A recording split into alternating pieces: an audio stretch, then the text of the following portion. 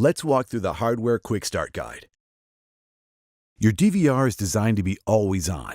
To keep it at an optimal temperature, keep both vents on the sides of your DVR free from obstructions.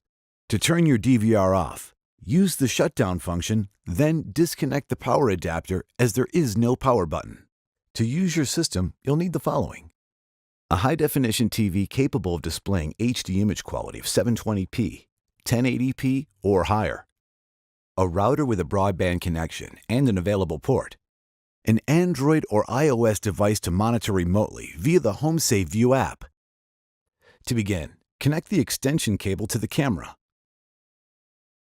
Then, connect the other end to a camera input on the rear of the unit. Then repeat this step for all the cameras. Now connect the power splitter to all the camera cables. Then connect the power adapter and then plug it into an AC outlet. Next, connect your DVR to the internet by connecting one end of an Ethernet cable to the DVR and the other end to an available port on your router.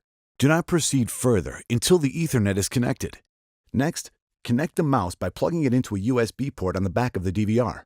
To copy your recordings and to perform a firmware upgrade, connect a storage device, such as a USB flash drive, to the front ports. To connect the DVR to an HD TV, plug one end of an HDMI cable into the HDMI port on the back of the DVR, and the other end of the cable into an HDMI port on the back of your display. To connect the DVR to a VGA monitor, secure one end of a VGA cable into the VGA port on the back of the DVR, and the other end into a VGA port on your display. Now, plug the power adapter into the DVR, and then connect it to an AC outlet.